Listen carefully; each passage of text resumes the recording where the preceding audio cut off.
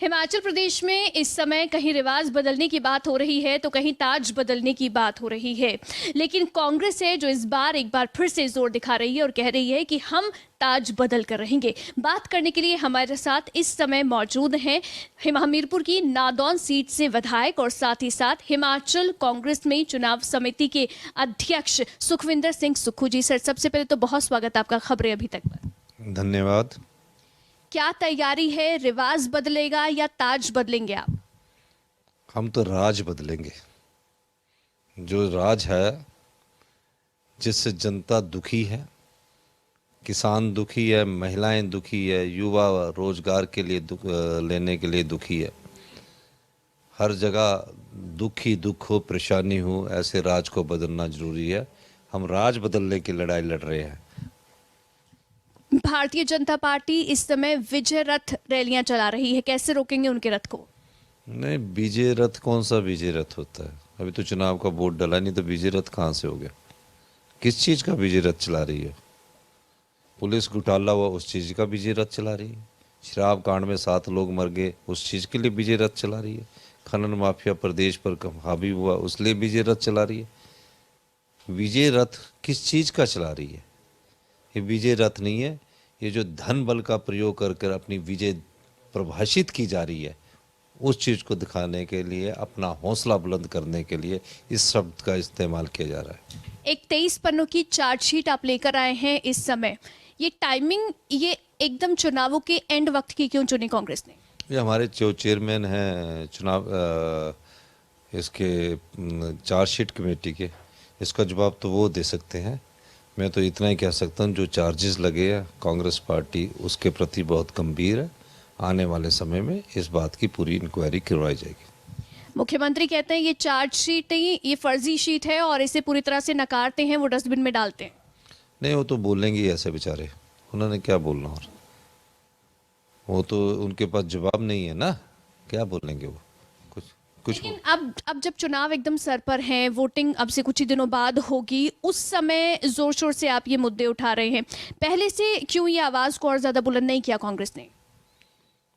पहले से ही तो बुलंद कर रहे हैं। धीरे धीरे बुलंद होती हुई आवाज़ आज जनमानस के दिमाग में बैठ गई है, और जनमानस की भावनाओं से जब खिलवाड़ होता है तो जन सैलाब उमड़ता है। इस प्रकार का जन सैलाब कांग्रेस की रैलियों में उभर कर सामने आ रहा है। आप भ्रष्टाचार के आरोप लगा रहे हैं बीजेपी पर। बीजेपी कहती है सबसे ज्यादा भ्रष्टाचार तो आपके समय में हुए, घोटाले आपके समय में हुए। हम तो भ्रष्टाचार के आरोप नहीं लगा रहे हैं। हम तो ये पूछना चाहते हैं कि भारतीय जनता पार्टी के प्रदेशाध्यक्ष ने, राजीव बिंदल ने, कोरोना काल के दौरान भारतीय जनता पार्टी के नेताओं ने उनसे इस्तीफा क्यों लिया? क्या वो भ्रष्टाचार में लिप्त थे? वो तो खुद अपने प्रदेश अध्यक्ष को हटाकर ये बात साबित कर चुके हैं कि हमारे जो प्रदेश अध्यक्ष है वो भ्रष्टाचार में लिप्त पाए गए हैं। आप चार्जशीट तो लेकर आए, लेकिन आपकी पार्टी के जो दूसरे नेता हैं उनको, कईयों को अभी तक इस चार्जशीट के बारे में भी जानकारी नहीं है। आज ही आनंद शर्मा से बात की, उन्होंने कहा कि मुझे नहीं पता चार्जशीट में क्या है। अब चार्जशीट के तथ्य वो तो बेचारे आज आए हैं, उनको नहीं पता होगा। लेकिन चार्जशीट की अगर चर्चा हो रही तो कुछ ना कुछ तथ्य तो ज़रूर है। अगर कोई मीडिया के बंधु हमारे चार्जशीट के बारे में पूछ रहे हैं तो कुछ ना कुछ बातचीत तो है। अब जब इंक्वायरी होगी तो दूध का दूध और पानी का पानी नजर आएगा। मुख्यमंत्री कहते हैं कि एक तरफ तो कांग्रेस पार्टी भारत जोड़ो यात्रा चला रही है देश भर में, दूसरी तरफ हिमाचल में चल रही है कांग्रेस छोड़ो यात्रा। हिमाचल में कांग्रेस छोड़ो कौन सी यात्रा चल रही है? कांग्रेस के कई लोग हैं जो छोड़कर जा रहे हैं। जैसे कि आपके 2 कार्यकारी अध्यक्ष छोड़ गए। 2 कार्यकारी अध्यक्ष तो कोई पद ही नहीं होता। ये तो 4 कार्यकारी अध्यक्ष तो बनाए गए थे। नहीं, 4 कार्यकारी अध्यक्ष बनाए गए थे। कार्यकारी अध्यक्ष हमारे उपाध्यक्ष के मुकाबले के होते, इसमें कोई दो राय नहीं है कि 2 कार्यकारी अध्यक्ष छोड़कर चले गए। लेकिन बीजेपी के राज्य के अध्यक्ष और कैबिनेट मिनिस्टर खिम्मी राम भी तो आ गए। चुनावों के समय ऐसा अक्सर होता है, ये कोई पहली बार नहीं है। और अब उनके कुछ नेता हमारे पास आना चाहते हैं, जिनके टिकट कटे वो आना चाहते, अब हम उनको लेना नहीं चाहते। आप कह रहे हैं अभी भी आना चाहते हैं लोग? हाँ, बहुत आना चाहते हैं। अब हमने भी दरवाजे पिक एंड चूज के रखे। हमें जहाँ जरूरत होगी वहाँ लेंगे, जहाँ जरूरत नहीं होगी वहाँ नहीं लेंगे। आपने जिक्र किया क्योंकि कि जिनके टिकट कटे हैं वो आपकी पार्टी में आना चाहते हैं। आपकी पार्टी में खुद में कांग्रेस में कई ऐसे चेहरे रहे, कई ऐसे नेता जो इस बार टिकट की राह का जो है वो देख रहे थे, इंतजार था कि टिकट शायद मिलेगी। ऐसे कई बागी कांग्रेस में उठ खड़े हुए हैं। तो ठीक बात है ना, अगर बागी कांग्रेस के खड़े हुए हैं तो उन्हें खड़े होने दीजिए। यही तो नुकसान नहीं होगा पार्टी को। पार्टी को कुछ कुछ जगह नुकसान होता है, कुछ जगह नुकसान नहीं होता। हिमाचल की राजनीति को मैं भली भांति जानता हूँ कि जिस भी विधानसभा चुनाव में चुनाव हुए, जब भी, चाहे राइट फ्रॉम 1988 नहीं 1998 के बाद से जो भी चुनाव हुआ, उसमें 2-3 आज़ाद उम्मीदवार आते ही हैं। और ऐसे ही 2-3 आज़ाद उम्मीदवार जो ये विधानसभा चुनाव होंगे उसमें आएंगे। और कैसे आएंगे? क्योंकि उनको पता कि हमारा मजबूत आधार है, हमारे साथ अन्याय हुआ है, तो वो न्याय की लड़ाई आज़ाद उम्मीदवार के तौर पर लड़ते हैं।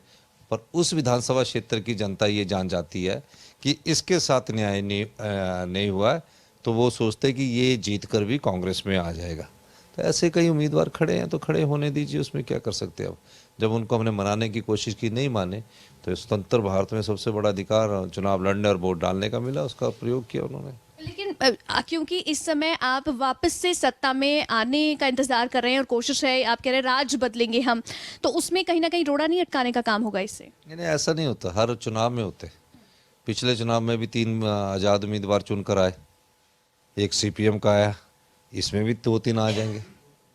तो इसमें ये कहना कि ऐसा होगा, ये गलत बात है। मेरा ये मानना है कि आज़ाद उम्मीदवारों की अपनी भूमिका राजनीति में होती है, और उस दृष्टिकोण से हिमाचल की जनता अच्छी तरह जानती है। कैसे मुकाबला करेगी कांग्रेस इस समय बीजेपी का, क्योंकि सामने बीजेपी कहती है डबल इंजन की सरकार रही, बहुत से फायदे प्रदेश को दिए हैं। नहीं, डबल इंजन की सरकार कोई पहली बार थोड़ी रही है इस प्रदेश में। 2012 में हिमाचल प्रदेश में भी डबल इंजन की सरकार थी। डॉक्टर मनमोहन सिंह जी देश के प्रधानमंत्री थे और वीरभद्र सिंह जी मुख्यमंत्री थे। हमने डबल इंजन की जब सरकार थी ना, तो चंबा का मेडिकल कॉलेज कांग्रेस पार्टी ने दिया, सिरमौर का मेडिकल कॉलेज कांग्रेस पार्टी ने दिया, IIT कांग्रेस पार्टी ने दी। डबल इंजन की सरकार जब कांग्रेस की थी। आपका ये सेंट्रल यूनिवर्सिटी डबल इंजन की कांग्रेस की सरकार ने दी। इनकी डबल इंजन की सरकार तो मुझे समझ ही नहीं आ रहा है कि दिया क्या है। 80,000 करोड़ का कर्ज हुआ, कोई 10,000 करोड़ की स्पेशल ग्रांट नहीं दी। गडकरी जी आए, कहा कि 59 नेशनल हाईवे घोषित कर दिए गए। आज तक एक नेशनल हाईवे, एक 4 लेन, जो 6 साल पहले 4 लेन का, जो सड़क के मामले में क्रांतिकारी मंत्री कहलाते हैं, वो 4 लेन का 1 इंच शिमला से मटोर तक का अभी तक काम नहीं शुरू हो चुका। तो काहे कि वो है। मोदी जी 2014 में प्रधानमंत्री बने, बोले तलवाड़ा तक लाइन पहुंचाने के लिए 50 साल लगे। अपने 8 साल पूरे हो गए, 10 किलोमीटर लाइन नहीं बन पाई। आपने कर्ज का जिक्र किया, बीजेपी कहती है सबसे ज्यादा कर्ज तो वीरभद्र सिंह की सरकार के समय पर लिया गया। नहीं, ऐसी बात गलत है, ऐसी बात नहीं है। कर्ज का रेशो जो केंद्र सरकार तय करती है, उसके हिसाब से कर्ज लिया जाता है। अब मुख्यमंत्री बनता देखेंगे आपको आगे? अभी तो पहले विधायक बनता देखिए, और मुख्यमंत्री बनने के लिए पहले विधायक बनना तय है। पर यह सत्य है कि मुख्यमंत्री विधायकों से ही बनेगा। कौन बनेगा? जिसको विधायक पसंद करेंगे, जिसको हाई कमांड पसंद करेगा, जो जनता की नज़र में स्वच्छ प्रशासन दे सकता है, ईमानदारी से शासन दे सकता है, नैतिकता का परिचय दे सकता है, सरल स्वभाव का हो, सहज व्यक्तित्व का हो। आप में है वो खूबियां सब? मैं अपनी खूबियाँ थोड़ी गिना रहा हूँ, मैं तो उन विधायकों की गिना रहा हूँ जो मुख्यमंत्री बनना चाहते हैं। नहीं, आपकी पार्टी से कई चेहरे उठ खड़े हो रहे हैं जो खुद को मुख्यमंत्री के तौर पर प्रेजेंट कर रहे हैं। मैं तो ये बड़ी खुशी की बात मानता हूँ कि हमारी पार्टी से 68 लोग हैं, वो अपने आप को इतना योग्य तो मानते कि हम मुख्यमंत्री बन सकते हैं। लेकिन मुख्यमंत्री बनने के लिए हमें सबसे पहले विधायक का रास्ता पार करना पड़ता है। क्योंकि मैं एक घटना बताना चाहता हूँ। सुजानपुर से धूमल साहब मुख्यमंत्री घोषित हो गए, वो विधायक नहीं बन सके और मुख्यमंत्री के पद से रह गए। और आज बीजेपी उनकी इतनी बेकदरी करती है कि आज जब वो टिकट एक मांगने गए तो उनको टिकट देने से भी इनकार कर दिया गया। क्योंकि बीजेपी 2 फार्मूलों पर काम करती है।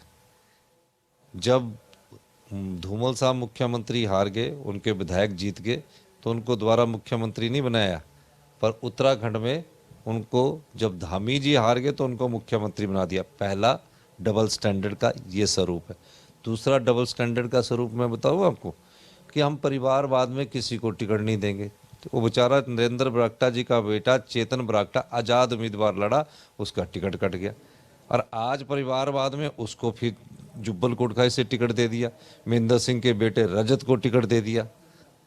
तो ये सब चीज़ें जो है ना, ये डबल स्टैंडर्ड वाली भारतीय जनता पार्टी है।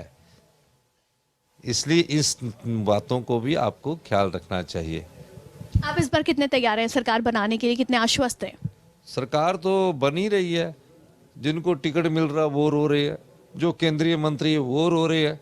रोता क्यों है इंसान? जनता तो दुखी है, महिलाएं दुखी है, युवा दुखी है।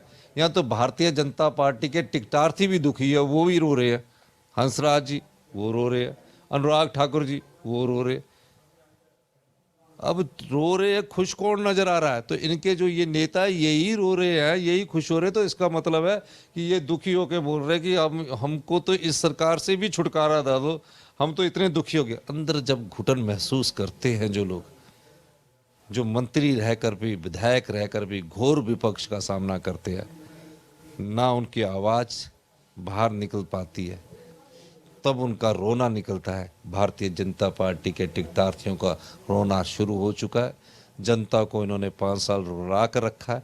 जनता इंतजार कर रही है। 12 तारीख को पूरी मेजॉरिटी में कांग्रेस की सरकार आएगी।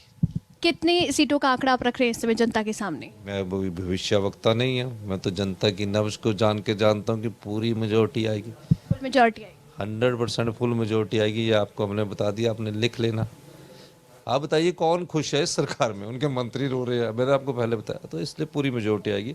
हम लोग राजनीतिक इलेक्टोरल पॉलिटिक्स में ही रहते हैं और हम जानते हैं कि इस बार में कांग्रेस की सरकार बन रही है। बहुत बहुत शुभकामनाएं सर, और उम्मीद यही करते हैं कि आप जिस सोच कर आगे बढ़ रहे हैं और लगातार चुनाव प्रचार में डटे भी हुए हैं, वो काम करने का मौका एक बार फिर से आपको मिले। बहुत बहुत शुभकामनाएं आपको चुनाव के लिए।